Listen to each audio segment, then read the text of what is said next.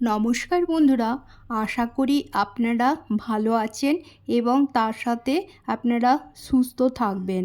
আজকে আমি নিয়ে চলে এসেছি দুর্দান্ত স্বাদের এক রেসিপি, এঁচোড়ের সাথে 1 কাপ ছোলার ডালের রান্নার রেসিপি। আপনারা বলুন, একঘেয়েমি কি আমাদের কোনো কিছু ভালো লাগে? তাই স্বাদ পরিবর্তন করতে এই রেসিপি আশা করি আপনাদের ভালো লাগবে।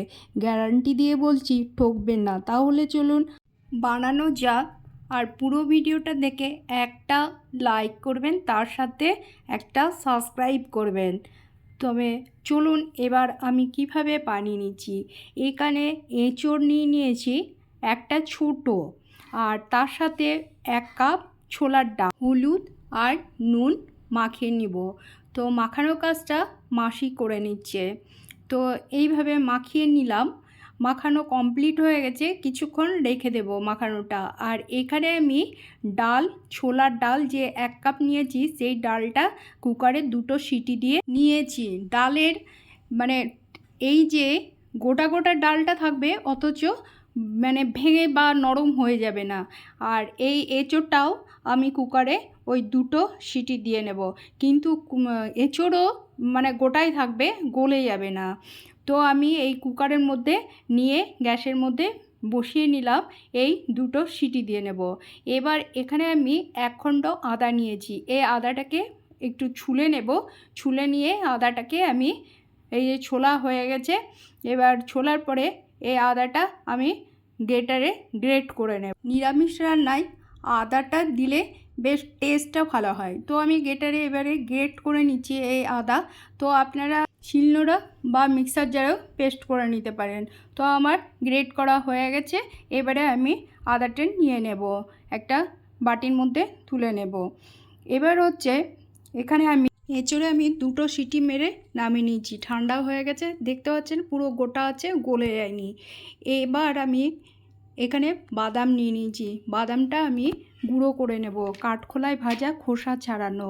এবার এই বাদাম গুঁড়ো করে নিয়ে নেব। বাদাম আমার গুঁড়ো করা হয়ে গেছে, খুব যে একবারে মিহি গুঁড়ো তা নয়। এবার কড়াই বসিয়ে নিলাম। কড়াইয়ের মধ্যে পরিমাণ মতো তেল নিয়ে নিলাম। এবার তেল গরম হয়ে গেছে, আর আমি পরিমাণ মতো হাতায় করে আমি এই তেল তুলে রাখলাম, পরে কাজে লাগবে। এই তেলের মধ্যে, গরম তেলের মধ্যে 2টো লঙ্কা দিয়ে নিলাম, আর জিরে, 1/2 চামচ মতন জিরে ফোড়ন দিয়ে নিলাম। এর মধ্যে একটু নাড়াচাড়া করে নেব। জিরের ফ্লেভার আর শুকনো লঙ্কার ফ্লেভারটা বেরিয়ে যাবে, খাওয়ার টেস্টটা সুন্দর হবে। এখানে আমি একটা টমেটো ছোট ছোট করে চৌকো করে কুচিয়ে দিয়ে নিলাম। এর মধ্যে 1 চিমটে লবণ দিলাম। লবণ দেওয়ার কারণ হচ্ছে টমেটোটা তাড়াতাড়ি গলে যাবে। আর কালারের জন্য হালকা মিষ্টি, ছোলা এঁচোড়ে তো একটু মিষ্টির দরকার, নাহলে টেস্টটা ভালো হবে না। তো এবার টমেটোটা আমি নাড়াচাড়া করে বেশ গলিয়ে ভেজে নিলাম, কষাও হয়ে গেল। এর মধ্যে দিয়ে নিলাম একটা তেজপাতা। এতই সুন্দর টেস্টি হয়, আর স্বাদের খুব পরিবর্তন হয়। আর এই যে আদাটা গ্রেট করে নিলাম, আমি চামচে 1 চামচ দিয়ে নিলাম আদা সহ। এবার ভালোভাবে মশলাটাকে কষে নেব টমেটো। এর মধ্যে দিয়ে নিলাম চামচে 1 চামচ হলুদ, লঙ্কার গুঁড়ো, এর মধ্যে দিয়ে নেব জিরে গুঁড়ো, এর মধ্যে দিয়ে নেব ধনে গুঁড়ো। সব মশলা একসঙ্গে দিয়ে নিয়ে আমি ভেজে নেব। নিরামিষ রান্নায় এই মশলা ছাড়া আর কোনো মশলা নেই। তো এই মশলা আমার কষা হয়ে গেছে, সামান্য পরিমাণে একটু জল দিয়ে নিলাম। এই জল দিয়ে নিয়ে আবারও মশলাটাকে বেশ নাড়াচাড়া করে কষে নিলাম। তেল বেরিয়ে গেছে, মশলাটা কষা হয়ে গেছে। এবার এই মশলার সাথে যে এঁচোড়টা রেখেছিলাম সেদ্ধ করে বা ভাপ দিয়ে, এঁচোড় দিয়ে নিলাম। এই মশলার সাথে এঁচোড় দিয়ে এঁচোড়টাকে বেশ কিছুক্ষণ ধরে নাড়াচাড়া করলাম, যাতে মিষ্টি আর নুন মশলা সব এঁচোড়ের সাথে ভেতরে ঢুকে যাবে। এবার পরিমাণ মতো, প্রয়োজন মতো আবার লবণ বা নুন দিয়ে নিলাম। আবারও নাড়াচাড়া করে নিলাম, কারণ প্রথমবারে একটু সামান্য টমেটো গলে যাওয়ার জন্য দিয়ে নিয়েছিলাম। এবার ভালোভাবে কষা হয়ে গেছে, নাড়াচাড়া করে কষে নিলাম। এর মধ্যে দিয়ে নেব যে আমি সেদ্ধ করে রেখেছিলাম সেই ছোলার ডাল দিয়ে নিলাম।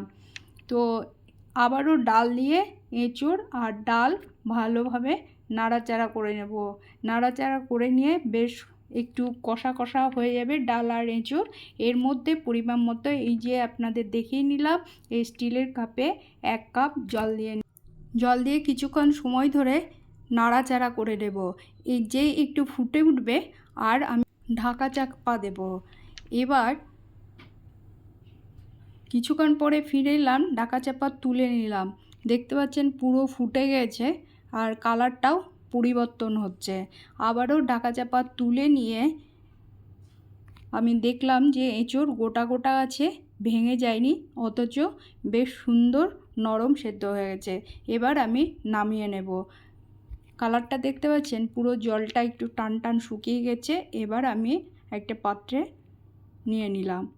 ছোলার ডাল আর এঁচোড় কিন্তু গোটা গোটা আছে। এখানে কারি পাতা নিয়ে আমি তেলের সঙ্গে, যে তেলটা তুলে রেখেছিলাম ওই তেলের সঙ্গে গরম করে নিয়ে নিলাম।